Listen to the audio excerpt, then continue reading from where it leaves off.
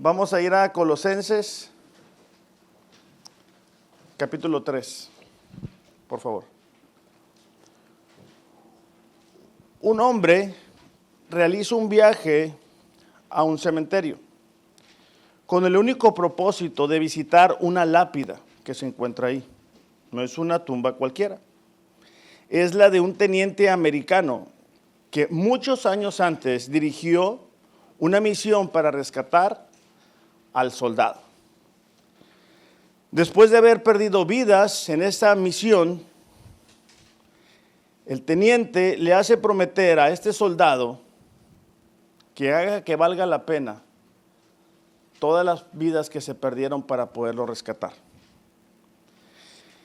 Este hombre, ya con canas, le pregunta a su esposa si ha valido la pena, si se ha esforzado lo suficiente, recordando la promesa que le hizo aquel teniente.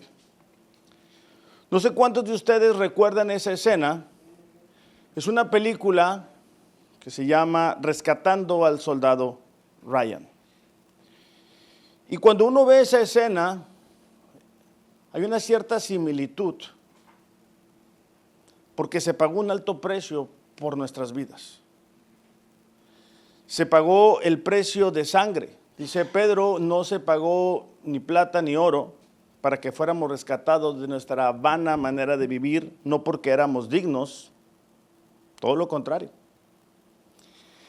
Y hago énfasis en esta escena porque creo que con frecuencia olvidamos el alto precio que se pagó para que pudiéramos vivir de una manera diferente. Y sobre todo ahora que comenzamos un nuevo año y tenemos tantas metas y tantos propósitos que alcanzar, corremos la tentación de que en medio de todas las metas y de todos los propósitos, Dios no esté ahí. Dios no sea el centro. Cuando es Él quien hace que cada uno de nosotros pueda respirar. Cada latido de nuestro corazón depende de Él. Y el día de hoy quiero que veamos unos versículos que se encuentran en Colosenses capítulo 3, versículos del 1 al 17. Si tenemos nuestras notas del sermón o si alguien requiere de las hojas puede levantar su mano. El título del mensaje es La vida nueva. La vida nueva. Al estar en Cristo se abre para nosotros un mundo completamente diferente. Comenzamos a vivir de acuerdo al llamado y al propósito que Dios nos creó. Pero vuelvo a lo mismo, con frecuencia nos perdemos en el camino, nos distraemos, el trabajo, la familia. Y tantas cosas nos ocupan que olvidamos que tenemos una nueva vida en Cristo. Que tenemos una nueva probabilidad de vivir. Y esta mañana quiero compartir contigo lo que está en Colosenses capítulo 3, versículos del 1 al 17, pero lo vamos a ir desglosando para que lo podamos entender mejor. Dice Colosenses capítulo 3, versículo del 1 al 4, ya que han sido resucitados a una vida nueva con Cristo, busquen las cosas de arriba, donde está Cristo sentado a la diestra de Dios. Pongan la mira en las cosas de arriba, no en las de la tierra, porque ustedes han muerto y su vida está escondida con Cristo en Dios. Cuando Cristo, nuestra vida, se ha manifestado, entonces ustedes también serán manifestados con Él en gloria. Entonces, el primer punto que podemos encontrar aquí es que para poder vivir esa nueva vida tenemos que recordar nuestra nueva identidad. Dice, ya que han sido resucitados, es algo que ya sucedió. Es algo que Dios hizo por nosotros y para nosotros. Para resucitar de nuevo, no hicimos nada. Él nos resucitó. Entonces Pablo les está diciendo a los colosenses, ya que ustedes han resucitado a una nueva vida con Cristo, Las prioridades de ustedes ya cambiaron. Ustedes han sido habilitados para buscar las cosas de arriba.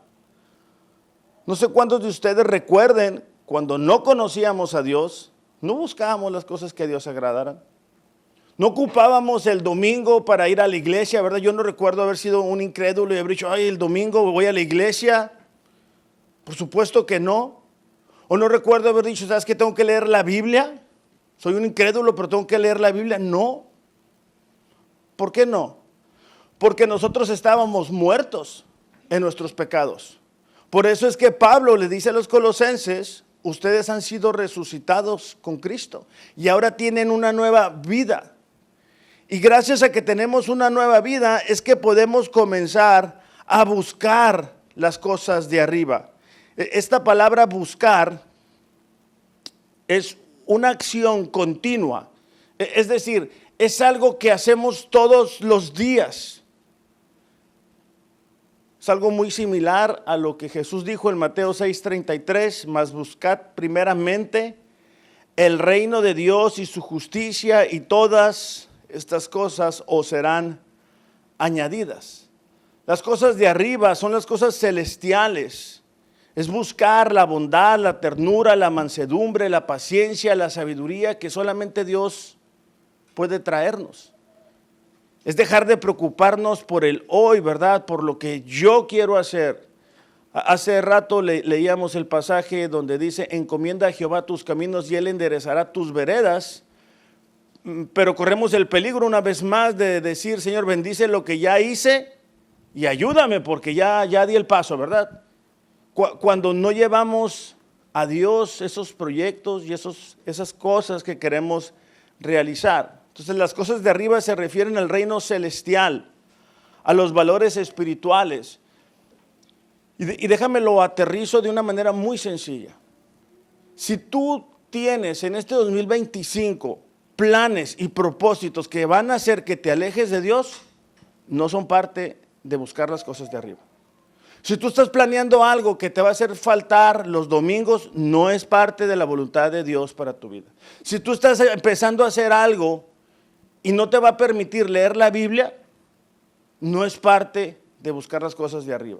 Si tú vas a estar practicando algo que te va a alejar de tu relación con Dios, no estamos buscando las cosas de arriba.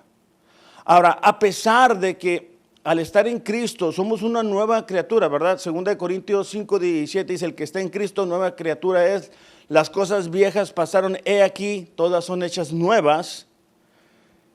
Se comienza ese proceso de cambiar nuestra manera de pensar. Romanos 12:2, por favor, si lo podemos buscar en nuestras Biblias. Romanos 12:2.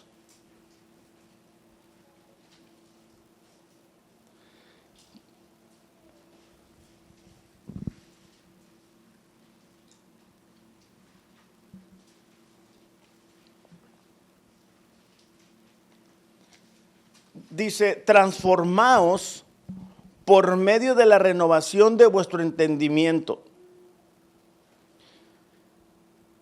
Es ese proceso que Dios lleva a cabo en la vida del creyente, para que entonces, como dice Filipenses 4:8, podamos pensar en lo que es verdadero, en lo que es honesto, justo, en lo que es puro, en todo lo amable, en todo lo que es de buen nombre y aquello en lo cual hay una virtud.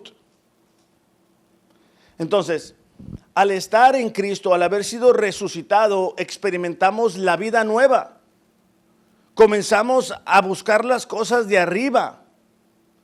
No para ser salvos, sino porque ya somos salvos, porque hemos nacido de nuevo, porque Dios cambió nuestro corazón de piedra por un corazón de carne. Un corazón que es sensible a las cosas de Dios. Un corazón cuyas prioridades han cambiado.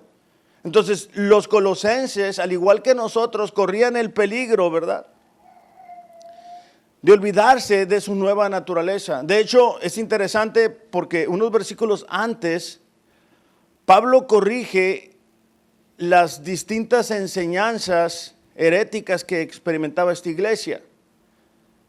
Y una de ellas era las supuestas visiones, ¿verdad? Era que había algunos elegidos. ¿Cuántos de nosotros hemos escuchado decir, vamos para allá porque ahí está el ungido del Señor, ¿verdad? Ahí está el profeta que nos va a dar una revelación nueva.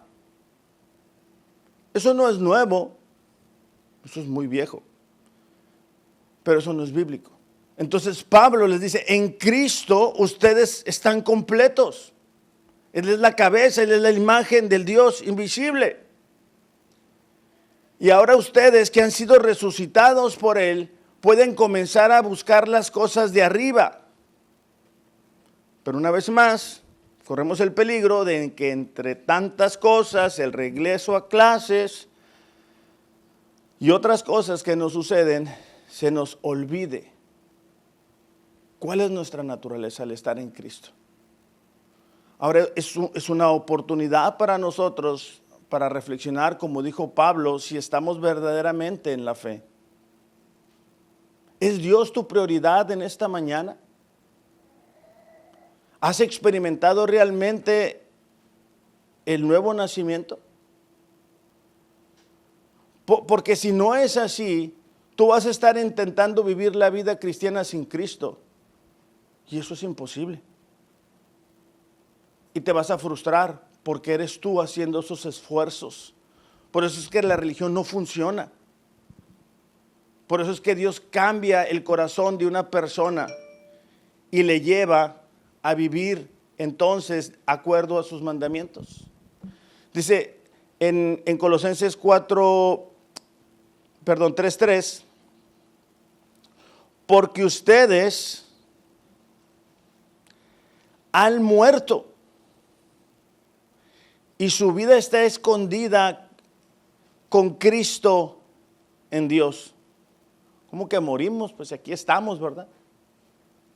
Bueno, morimos a la antigua manera de vivir, a la vida de pecado. Pero aquí lo interesante es que dice que nuestra vida está escondida con Cristo. Es decir, experimentamos de una unión con Cristo. Nunca jamás volvemos a estar solos. Nunca jamás volvemos a ser los mismos porque es Cristo habitando en el corazón de una persona. Por eso es que volvemos a lo mismo, comenzamos a buscar otras cosas. No para ganarnos la salvación, sino porque tenemos una nueva identidad. Y algunos de nosotros, ¿verdad? Que éramos de cierta forma, que decíamos groserías, dejamos de hacerlo. Que nos gustaba ir a ciertos lugares, dejamos de asistir a ellos. ¿Por qué?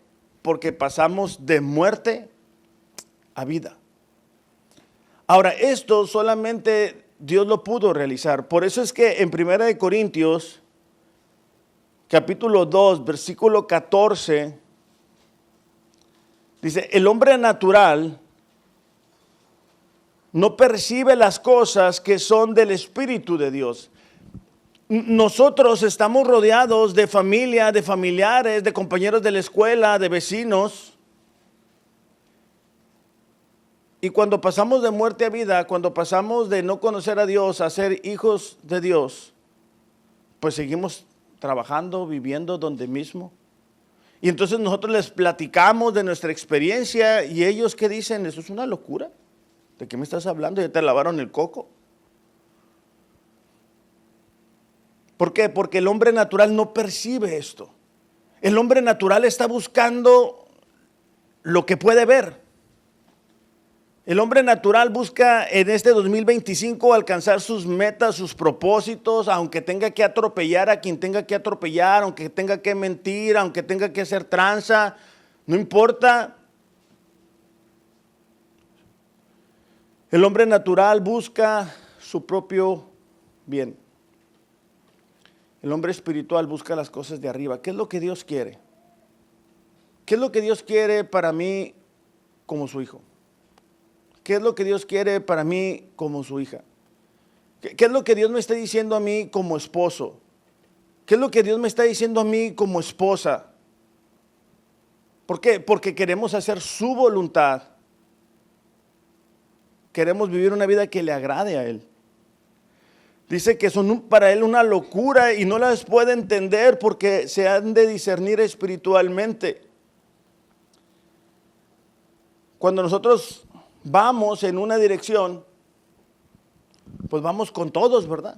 Es decir, Efesios habla de que íbamos junto con la corriente, ¿verdad? Con toda la bola, pero de repente hacemos una vuelta en U y empezamos a sentir cómo la gente va en nuestra contra. Ahí donde nosotros vivimos, tenemos nuestra casa, su casa. Es interesante porque los domingos parece cementerio, todos están dormidos. Y los que no están dormidos van de campo y van a otras partes. Ah, pero ayer, ¿qué tal? Entonces cuando nosotros salimos, pues todos están dormidos. Vamos en contra de lo que la gente, porque la gente usa el domingo para descansar. Entonces, lo primero que tenemos que recordar es que en Cristo tenemos una nueva identidad.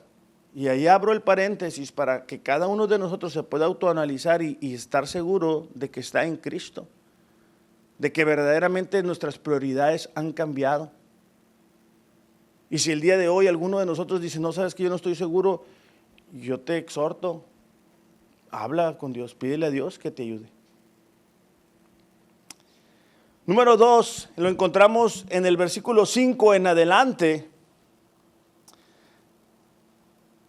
Y fíjense qué interesante las primeras dos palabras de este versículo 5, al menos en mi versión, no sé en las otras versiones cómo diga, pero en mi versión dice, por tanto. No sé qué palabras tengan sus Biblias, pero debe de haber una palabra de transición ahí. 3:5 Colosenses. Ahí estábamos. Hay que poner una marquita ahí y así cuando nos vayamos a otras partes no nos perdemos. Entonces, versículo 5, por tanto, ¿por qué dice por tanto?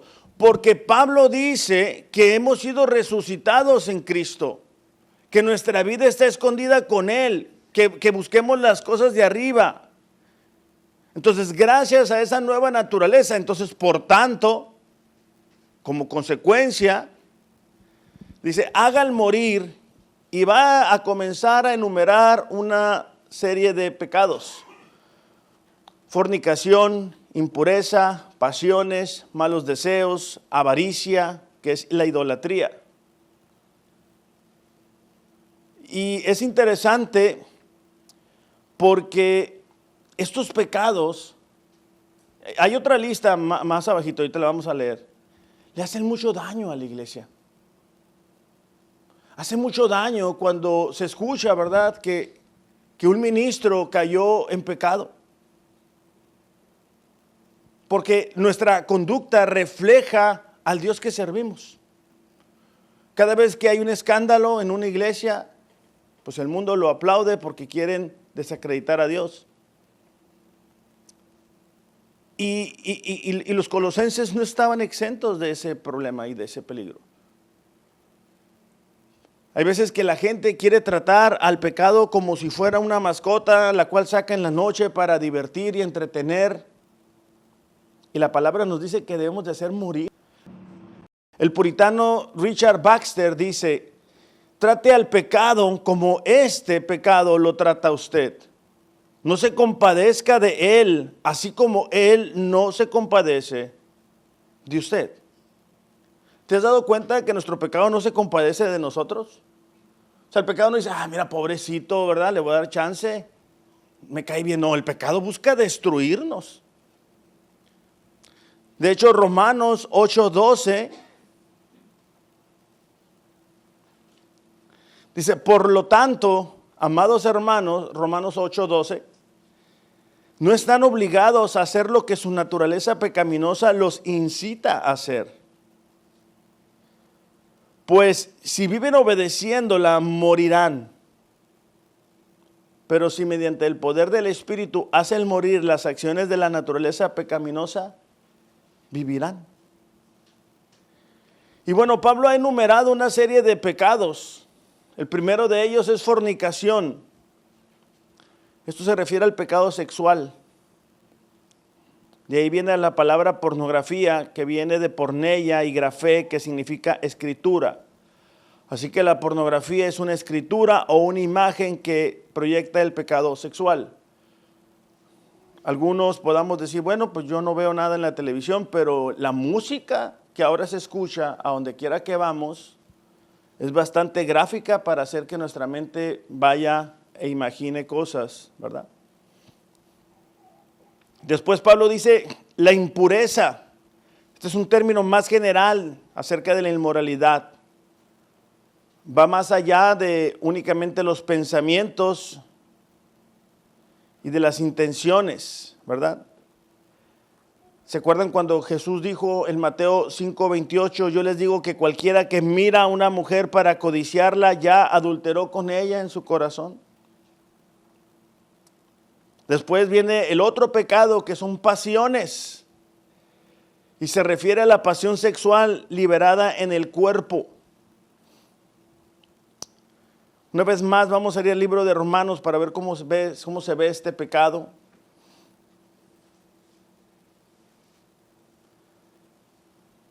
Dice, por esta razón, Dios los abandonó a sus pasiones vergonzosas.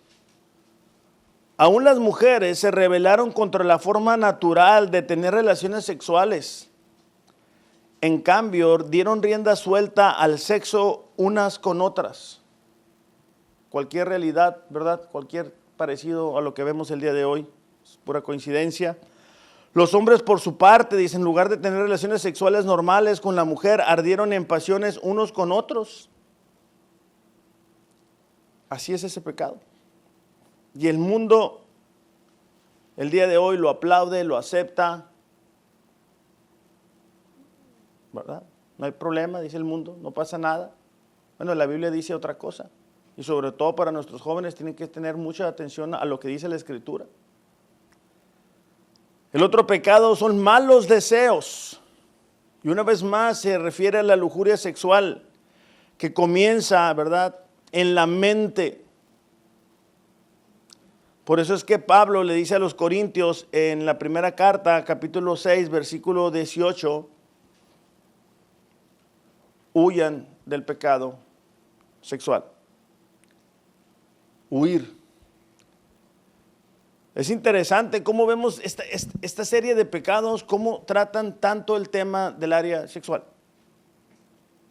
Y es interesante cómo vemos el mundo el día de hoy que está tan a favor del pecado sexual.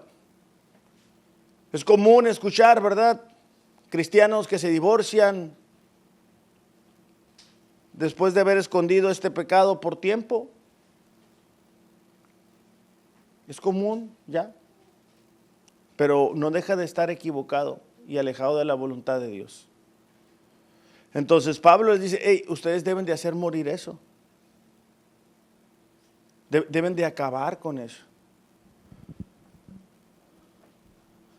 Un comentarista, hablando de la avaricia, escribió esto. Este es un pecado que se extiende a muchas áreas.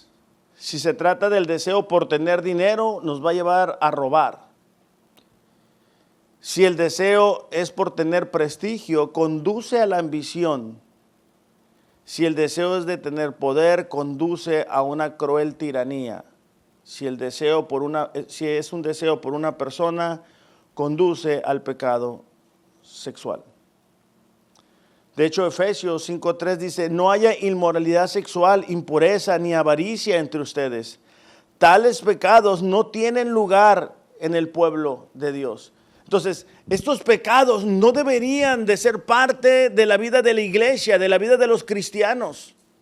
Pero la sociedad está empujando tanto y meten tantos principios y vienen tantas ideologías y lo vemos en las televisiones, lo escuchamos en las canciones y la gente que nos rodea nos empuja en sus creencias, que si no estamos claros de cuál es nuestra nueva naturaleza, podemos ir junto con ellos y aceptar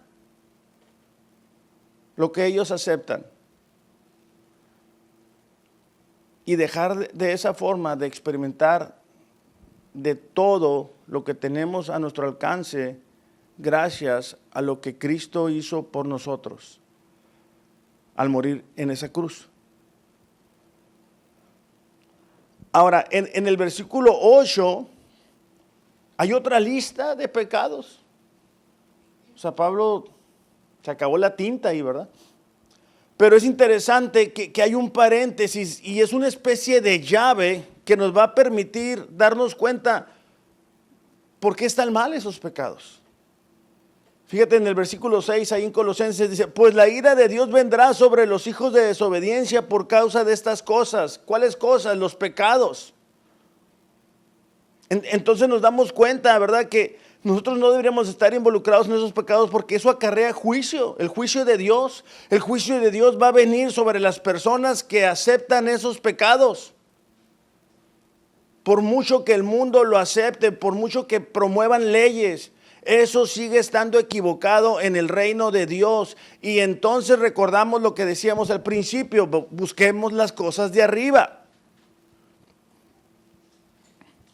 Entonces, si se ha pagado un alto precio por nosotros, el precio de sangre, es incompatible vivir esa vida de pecado. Porque ese pecado trae la ira de Dios. A veces nosotros maximizamos tanto el amor de Dios, ¿verdad? Dios es amor y es cierto. Por su amor nos alcanzó, nos rescató, nos sostiene. Pero también es cierto que Él trae ira al pecado. Y eso es algo que podemos ver claramente en las Escrituras. Él no es insensible, nadie se puede burlar de Él.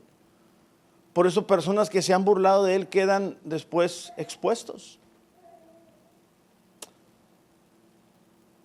Ahora, no significa que la ira de Dios va a venir sobre nosotros como viene sobre la gente que no conoce a Dios. Nosotros somos hijos de Dios. Pero sí significa que va a haber algo que se llama disciplina. Hebreos 12:5 dice, ¿acaso olvidaron las palabras de aliento con que Dios les habló a ustedes como a hijos? Él dijo, hijo mío, no tomes a la ligera la disciplina del Señor y no te des por vencido cuando te corrija. Pues el Señor disciplina a los que ama y castiga a todo aquel que recibe como hijo. Al soportar esta disciplina divina, recuerden que Dios los trata como a sus propios hijos. ¿Acaso alguien oyó hablar de un hijo que nunca fue disciplinado por su padre? Aquí tenemos varios padres. A ver, alguno de ustedes me puede decir, no, sabes que yo nunca discipliné a mis hijos, ¿verdad? Que hicieran su voluntad. Pues que yo lo amo tanto, ¿verdad? Que yo lo hago que haga lo que quiera. Sabemos que eso no es así. Versículo 11 dice, ninguna disciplina resulta agradable a la hora de recibirla. Aquí están varios hijos. ¿A poco cuando tu papá te disciplina dices tú, ay, cómo me ama, muchas gracias, gracias? Por supuesto que no, lo que sigue es un berrinche, es un reclamo, es una expresión de disgusto, solamente estoy adivinando. Dice, al contrario, es dolorosa, pero después produce la apacible cosecha de una vida recta para los que han sido entrenados por ella. Entonces, el pecado que Pablo está describiendo es la razón por la cual Dios trae ira sobre el mundo que no quiere nada con él. Es incompatible que un hijo de Dios quiera involucrarse, encochinarse con ese pecado. Es como cuando cambiamos a nuestros hijos y los tenemos listos y salen afuera y se quieren ensuciar, ¿verdad? Y tú ya estabas listo para irnos. Bueno, Dios hace lo mismo que nosotros hacemos con nuestros hijos. Una limpiada, cambiarlos y vámonos para adelante. No dejan de ser nuestros hijos, ¿va? Ahora, dice en versículo 7, en los cuales ustedes anduvieron. Fíjense esa palabra, anduvieron. Esa palabra es un verbo en el pasado. No es algo que caracterice al cristiano. Ellos anduvieron en esos pecados. A lo mejor nosotros miramos esos pecados que leímos ahorita y nos daba un poco de vergüenza recordar que algunos los practicamos. Dice, anduvieron en otro tiempo cuando vivían en ellas. Entonces nos damos cuenta que es incompatible que un cristiano, que una persona de nuevo, que tiene una nueva naturaleza, vuelva a esos pecados. Eso fue del pasado, dice Pablo. Entonces, esta es la llave que conecta la lista del 5 el 5 nada más, ¿verdad? Y que va a conectar con el versículo 8. Porque hay otra lista de pecados. Acá dice, también desechen ira, enojo, malicia, insultos, lenguaje ofensivo de su boca y mentira. La ira es una amargura profunda e intensa, cargada de resentimiento. Es la actitud arraigada en el corazón de una persona enojada o airada. No es una reacción a una provocación, sino que es algo que ha estado ahí, guardado. El enojo denota un arranque de ira. Fíjense, me llamó la atención esto porque los griegos lo comparaban a una paja encendida en el fuego, la cual se quema poco tiempo. Es cuando alguien, no sé si ustedes llegaron a escuchar la expresión, es de mecha bien corta, se enoja y... Ok, antes de ser cristianos, algunos de nosotros podemos decir, no, hombre, a mí me volteaban a ver feo y yo que despotricaba, pero eso era antes. Bueno, por ahí habrá algunos capítulos, ¿verdad?, en los cuales sacamos eso, pero no es nuestra característica. Entonces, dice Pablo, estos pecados, hay que matarlos, hay que quitarlos. También está la malicia. Y esto tiene la implicación del daño que se causa en malas conversaciones. Después vienen insultos, que son palabras que tienen como propósito lastimar y manchar la reputación de alguna persona. Recuerden, estos son pecados que antes practicábamos, antes de ser cristianos. A mí me ha tocado personas que dicen que son cristianos y empatan aquí, que son buenas para el chisme. Y les gusta amarrar navajas y decir, me dijo, y le van, como le dicen, le van poniendo de su cosecha y es algo muy triste. Lenguaje ofensivo, y esto se refiere a palabras abusivas cuyo propósito es herir y hacer daño a alguien. Es como cuando decimos algo para lastimar. Yo sé que esto no sucede en la iglesia nuestra, pero hay iglesias donde pasa, ¿verdad? Que el esposo sabe perfectamente dónde golpear a la esposa y lanza esa palabra como un dardo. Y la esposa también sabe, pues ya se conocen de rato, fueron novios de toda la vida. Entonces ya sabe dónde darle. Y como una flecha encendida manda ese comentario. Es algo premeditado que busca lastimar. Es un lenguaje ofensivo. Después viene la mentira. Y sabemos que Satanás es el padre de la mentira. Y vemos el efecto nocivo desde el Génesis cuando Satanás mintió a Adán y Eva. Y henos aquí, ¿verdad? Todavía pagando las consecuencias. Entonces Pablo dice, ok, ustedes tienen una nueva vida. Deben de recordar su nueva naturaleza. Es como nuestra nueva naturaleza, iglesia, es como un GPS. La mayoría de nosotros ya tenemos GPS en el celular, ¿verdad? Y ya sabes para dónde vas. O sea, le pones ahí, ya vas. Así rápido. Ok, nuestra nueva naturaleza, en donde sea que nosotros estamos, debe de recordarnos, hey, ¿para dónde vas? Con ese enojo, con esa ira, con ese pecado. ¿A dónde vas con esa conversación? Si tú eres un hombre con una mujer, ¿para qué le pides el teléfono? ¿Para qué platicas? ¿Para qué le vuelves a mandar mensaje? ¿Para qué te acercas? ¿Para qué te vistes así?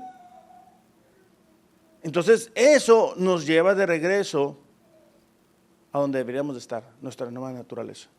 ¿Se acuerdan de Daniel, un joven, estando en Babilonia, un reino perdido? Él no se dejó ir, ¿verdad?, con la multitud. Él recordó cuál era su naturaleza.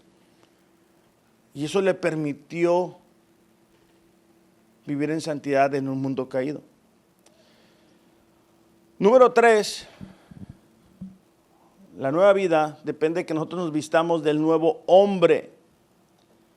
En el versículo 9, en la segunda parte del versículo 9, fíjese cómo dice: puesto que han desechado al viejo hombre con sus malos hábitos y se han vestido del nuevo hombre, el cual se va renovando hacia un verdadero conocimiento conforme a la imagen de aquel que lo creó. ¿Qué es lo que Pablo está diciendo aquí? Esto es algo que ya sucedió. Debido a nuestra nueva naturaleza, tenemos que comenzar a vivir de una manera distinta. Dice: en esta renovación no hay distinción entre griego, judío, circunciso, incircunciso, bárbaro, escita, esclavo, libre, sino que Cristo es todo en todos.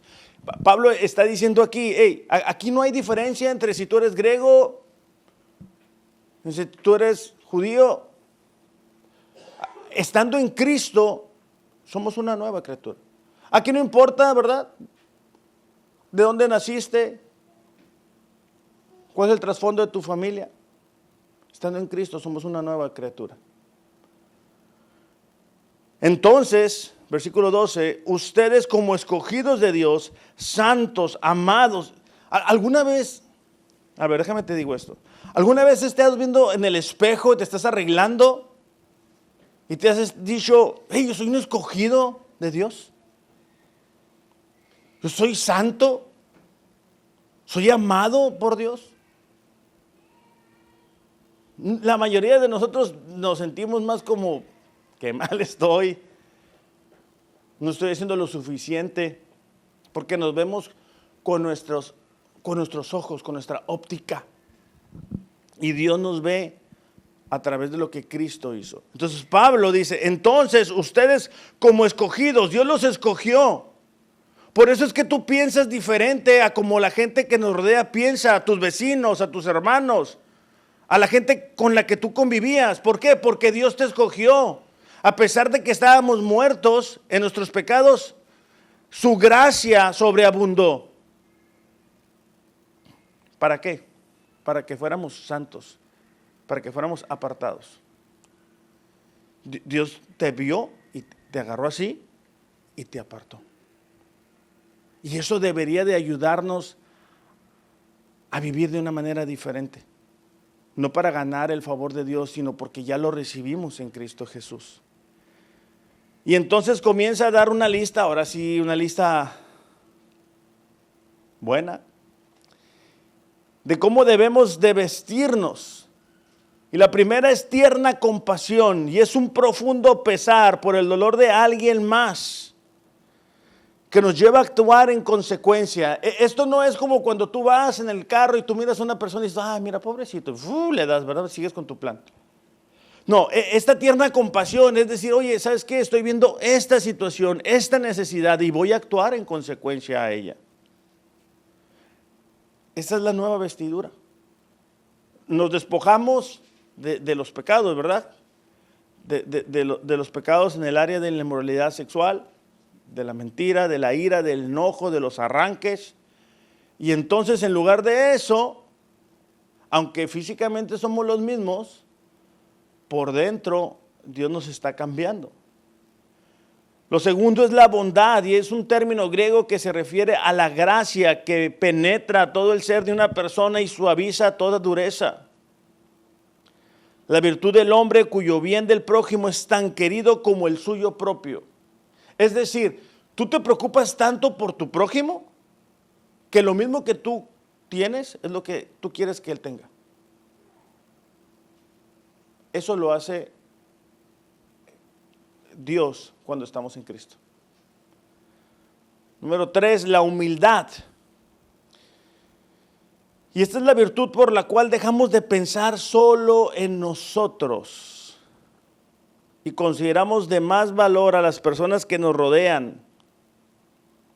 La humildad es el antídoto contra el amor propio que envenena las relaciones. ¿Sabes? Es bien difícil tener una buena relación con alguien que solamente se preocupa por sí mismo. O sea, tú quieres platicar también tus problemas y dices, no, espérate, es que mis problemas. Y tú, pues que yo también quiero decirte. No, y es que fíjate que esto, y te sueltan historia. Y siempre se trata, ¿verdad?, de solucionarle los problemas a él o a ella, según sea el caso. Es difícil tener una relación. Bueno, la humildad es la que nos ayuda a nosotros a decir, hey, ¿sabes qué? Él también es importante. Él también necesita ser escuchado o escuchada. Él también o ella también necesita de mi atención. Y aquí quiero hacer un énfasis muy claro hacia los esposos. Porque yo sé que la mayoría de los esposos estamos trabajando y venimos y subimos y estamos pensando, ¿verdad? Del 15 se vence la luz, el 20 el agua y el otro y así estamos nuestra mente, bueno, la mayoría. Entonces llegamos a casa y solamente estoy adivinando y la esposa quiere platicar y quiere aventarte toda la plática, ¿verdad? Y uno está pensando en otra cosa. Ahí yo les exhorto, hombres, a ser lo suficientemente humildes y decir, ok, voy a escuchar.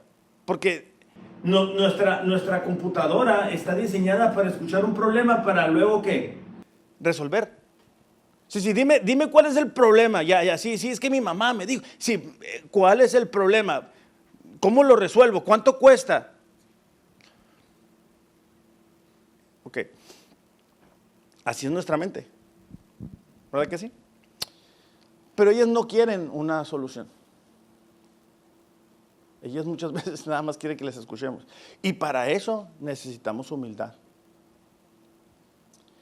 Y en el caso de las mujeres es lo mismo. Hay veces que el hombre llega y venimos, ¿verdad?, cansados y no dan chance ni de sentarse, ¿verdad? Y sueltan las mujeres todo, ¿verdad? Sobre el sofá, todavía uno no se siente en el sofá cuando ya están cayendo los balazos. Pero para esto necesitamos humildad. En la vida de la iglesia es similar. A veces no nos damos cuenta que al pertenecer a una iglesia, pertenecemos a un grupo. Y a veces, no, a mí lo que sea mejor para mí. Ajá, ¿y las demás? ¿Y las demás personas? Y se nos olvida que Cristo nos llamó a una relación con Él y nos llama a ese cuerpo que se llama iglesia. Y tenemos que ser lo suficientemente humildes para decir, ok, esta decisión que yo voy a tomar, ¿afecta o no afecta? ¿Cómo va a golpear? Otra parte de esta nueva vestidura es la mansedumbre y es la disposición a soportar las cargas que los pecados de otros nos infligen. ¿Se acuerdan que hace rato hablábamos que antes éramos de mecha corta, algunos? Bueno, la mansedumbre es catalogado como el poder bajo control. Es un fruto del Espíritu Santo. Es lo que nos habilita para que cuando estemos en un mundo caído y alguien nos dice algo, tranquilos. No porque no tengamos el poder para contestarles, sino porque somos una nueva naturaleza. En nuestras relaciones interpersonales es lo mismo. Muchas veces no es que lo que la otra persona te esté diciendo esté bien,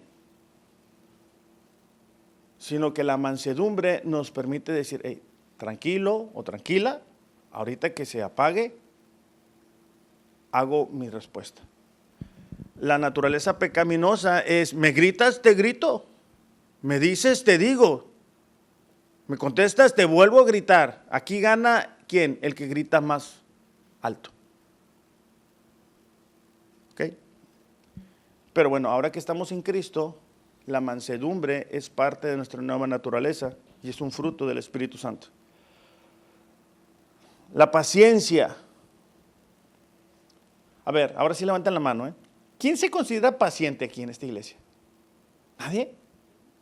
¿Tú? A ver, a la final vamos a probar tu paciencia. ¿Ok? La paciencia es la resistencia para poder soportar el dolor y la infelicidad.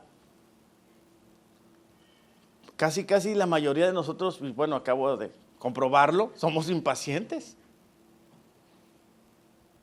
Es un fruto del Espíritu Santo una vez más. Entonces, estas virtudes forman parte de la nueva naturaleza que tenemos en Cristo Jesús. Es el Espíritu de Dios habitando en nosotros, cambiando nuestro carácter, ayudándonos a buscar las cosas de arriba, no las de la tierra, a buscar el bien común, a buscar, a ver, esta respuesta que yo le voy a dar a la persona, a mi esposo o a mi esposa, ¿qué dice Dios al respecto? Porque a mí me preocupa cuando de repente escucho de ejemplos de personas que dicen, ya, todos cambiaditos, vamos a la iglesia. Y es como transformarse, ¿verdad? Para venir a la iglesia. No, digo, no venimos a eso. Somos imperfectos. No nos preocupemos tanto por eso. Preocupémonos porque Dios nos ve. Aunque no estemos aquí en la iglesia, Él ve las motivaciones de nuestro corazón, nuestras prioridades. Continúa la lista y dice el perdón. Y eso es no guardar resentimiento ni responder con reciprocidad cuando se recibe una ofensa de una persona. Aquí hay muchas cosas que la gente cree acerca del perdón. No sé cuántos de ustedes han escuchado la expresión, no, yo no lo voy a perdonar, pues si no me pide perdón. ¿Algunos de ustedes han escuchado esa expresión? No, yo no lo perdono, que lo perdone Dios. Bien, como que lo mandamos al trono más alto. Si el problema es de que eso no es bíblico, porque Jesús dice, Padre, perdónalos. No saben lo que hacen. Dios nos perdona en la cruz sin que nosotros supiéramos ni lo mal que estábamos. Ahora, hay otra idea equivocada que confundimos el perdón con el olvido. Y no es así, porque pues no nos va a dar amnesia. Seguimos recordando lo que alguien nos hizo. Entonces, el perdón es no guardar resentimiento ni responder cuando recibimos una ofensa. Y esto nos da la posibilidad de ser libres del dolor y de los sentimientos que produjo esa herida. Porque cada vez que no perdonamos, es como volvernos a lastimar cuando recordamos esa herida. Y lo interesante es que aquí Pablo dice, hey, perdonen como Cristo los perdonó. O sea, nosotros no podemos decir, no, pues es que esto está bien grande. O sea, no, hombre, es una falta. Ok. Así como Cristo lo hizo con nosotros debemos de perdonar. Entonces, estas son virtudes de arriba, del cielo. Si tú mañana vas a tu trabajo y le dices a la gente, oye, ¿sabes qué? Debes de ser más manso, de ser paciente, ser humilde. ¿Qué te va a decir? Aquí el que no tranza no avanza, hay que moverse. Así es el mundo. Pero nosotros no regimos por lo que el mundo dice. Luego Pablo continúa hablando del amor, que es el vínculo, ¿verdad? El amor es la entrega pura de uno mismo, que no pide nada a cambio y que solo desea el bienestar de la persona a quien el amor es dado. Esposos, ¿se acuerdan cuando nos casamos? Que dijimos, te prometo amarte. ¿Se acuerdan? ¿Sí te acuerdas? Pues no los veo muy convencidos, muy sonrientes.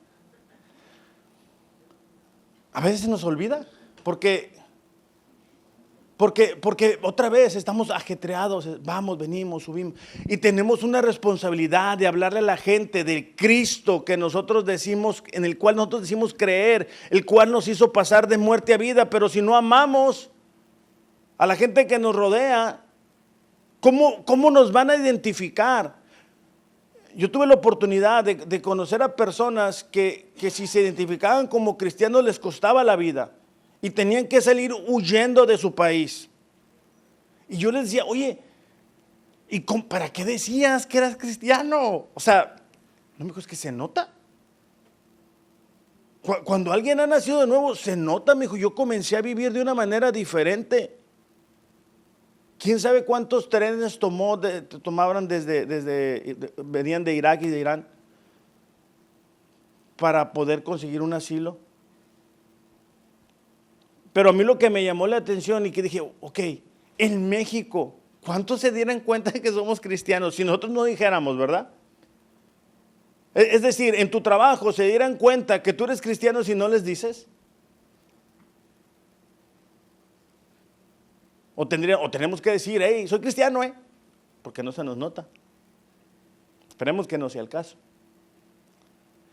Entonces, el amor es algo que nos ayuda a relacionarnos no únicamente con nuestro esposo o nuestra esposa, sino con todas las personas. Hago énfasis en el matrimonio porque a veces que somos, ¿cómo dicen? Candil de la calle y oscuridad de la casa, ¿verdad?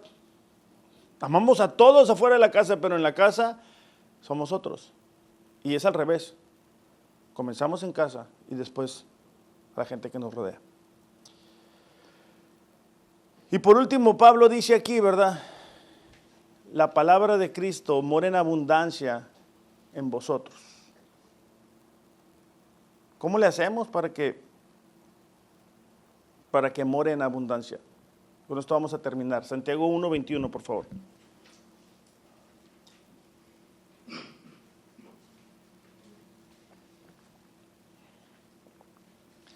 Dice, así que quiten de su vida todo lo malo y lo sucio. Un poquito similar a lo que dice versículo 5, ¿verdad? Cuando dice, hagan morir el pecado. Y acepten con humildad la palabra de Dios que se les ha sembrado en el corazón, porque tiene el poder para salvar su alma. Fíjate la siguiente frase, no solo escuchen la palabra de Dios.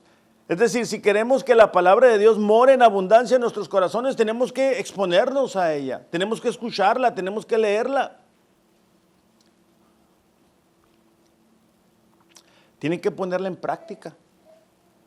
Si nosotros queremos, ¿verdad?, que la palabra de Cristo more en abundancia, es escucharla, pero es ponerla en práctica para que more en nuestros corazones. Dice, no solo escuchen la palabra de Dios. Y ese es un peligro. No creamos que ya con haber escuchado un mensaje, ya, ¿verdad?, ya escuchamos la palabra de Dios. No nos vaya a dar una indigestión. Nos vemos el siguiente domingo Biblia y la dejamos en la mesa de la entrada de la casa. Nos vemos el siguiente domingo en la mañana. Eso no funciona así.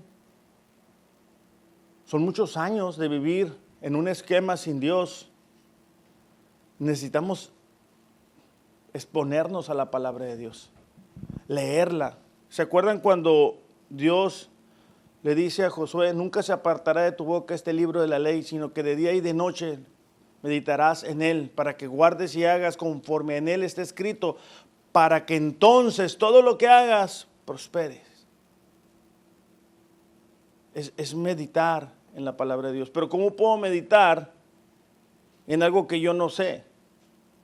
Entonces podemos jugar a que cuando enfrentamos una situación dices, espérate, yo me acuerdo que en la Biblia, ¿dónde está la Biblia para empezar? Y empezamos a buscar la Biblia y todo lo demás. No, tiene que estar ahí. Tenemos que atesorarla, ¿verdad? Salmo 119:11, no lo busquen. Dice, en mi corazón he guardado tu palabra para no pecar contra ti. Valoramos la palabra de Dios. No es tengo que leer la Biblia. Los servidores tenemos un grupo y tenemos la bendición de compartir nuestro devocional. Y espero que así lo veamos. No como me toca el devocional, híjole, ¿cómo le voy a hacer? No, sino es una bendición Es lo que mueve nuestro corazón. ¿Qué mejor que platicar de eso? Que platicar de cosas que no tienen valor. Dice, no solo escuchen la palabra de Dios, tienen que ponerla en práctica. De lo contrario, solamente se engañan a sí mismos. Ahí está un peligro para mucha gente que puede decir, no, pero yo escuché muchos mensajes, ya leí mucho la Biblia, pero no la ponen en práctica. Dice, si escuchas la palabra de Dios, pero no la obedeces, sería como ver tu cara en un espejo. Te ves a ti mismo, luego te alejas y te olvidas de cómo eres. Es decir, si solamente leemos la palabra, pero no lo pongo en práctica, de nada sirve. Tenemos conocimiento, pero no lo ponemos en práctica. O sea, si nosotros te hacemos énfasis de cada domingo de decirte, hey, estamos leyendo la Biblia en 2 años, no es porque queremos que te llenes de información, es porque queremos que nuestras vidas estén alineadas a lo que Dios nos ha mostrado. Entonces, leer la Biblia, pero no obedecerla, es así como cuando te arreglas, te ves en el espejo y te vas todo desarreglado. Imagínate llegar a tu trabajo, ¿verdad? Y dices, no, pues es que me viene el espejo. Pues sí, pero no hiciste nada, así te quedaste. Bueno, a veces nos pasa que salimos más dormidos que despiertos, pero no debe de ser así, ¿verdad? Pero si miras atentamente en la ley perfecta que te hace libre y la pones en práctica y no olvidas lo que escuchaste, entonces Dios te bendecirá por tu obediencia. Iglesia, en Cristo tenemos la posibilidad de vivir de una manera diferente. Está comenzando un año. Tenemos que vivir esa nueva vida a la cual ahora en Cristo tenemos acceso. Recordemos nuestra nueva identidad. Hagamos morir el pecado. O sea, a lo mejor ahorita tú dices que, híjole, no me he dado cuenta, pero soy mentirosito. O sabes que no me he dado cuenta, pero lastimo a las personas con las palabras que digo. O sabes que soy bien impaciente. Bueno, la gracia de Dios nos va a ayudar. Solamente tenemos que venir en humildad y decirle, Señor, mira, estoy reconociendo, no estoy viviendo de acuerdo al llamado que tú me has dado. Y necesitamos, para que eso suceda, llenarnos de la palabra de Dios, porque es en la palabra de Dios que nosotros encontramos quién es nuestro Dios. Lo que Dios ha dicho acerca de cada una de las situaciones que estamos enfrentando. No vayamos con la corriente, no vayamos con la multitud. La multitud cambia de parecer. Lo que antes era pecado, ahora le dicen que es normal, que está bien. Pero la Escritura no cambia. Eduquemos a nuestros hijos en ese sentido. No pensemos, iglesia, y aquí hablo a los padres, que nuestros hijos van a hacer lo que nosotros no hacemos. Por eso es que hago mucho énfasis, que los vean leyendo la Biblia. Sí, yo sé que lo puedes leer en el teléfono inteligente, pero ellos no saben si estás en el WhatsApp o estás en qué estás. Pero cuando ellos te ven leyendo la Biblia, ellos saben que estás buscando a Dios. Ellos entienden que estás buscando las cosas de arriba. Cuando en medio de una situación nosotros nos unimos en oración y le pedimos a Dios, ellos se dan cuenta que estamos buscando el reino de Dios y no lo terrenal.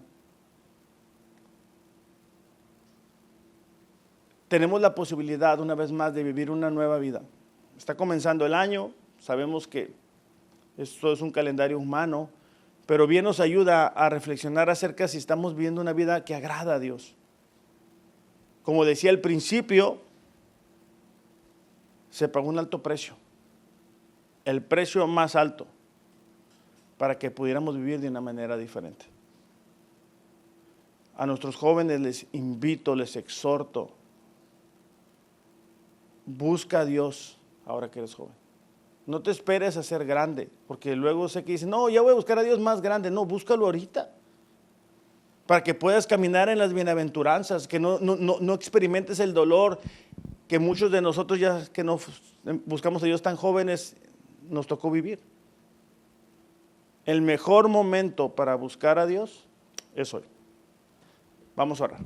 Padre, te damos gracias en esta mañana por la oportunidad que nos das, Señor, de estar aquí y sobre todo la oportunidad que nos das de vivir una vida diferente, una nueva vida en Cristo Jesús, Señor. Te pedimos para que cada uno de nosotros pueda recordar la nueva naturaleza que ahora tenemos en Cristo. Pero también te pido, Señor, que reflexionemos si todos estamos en Cristo.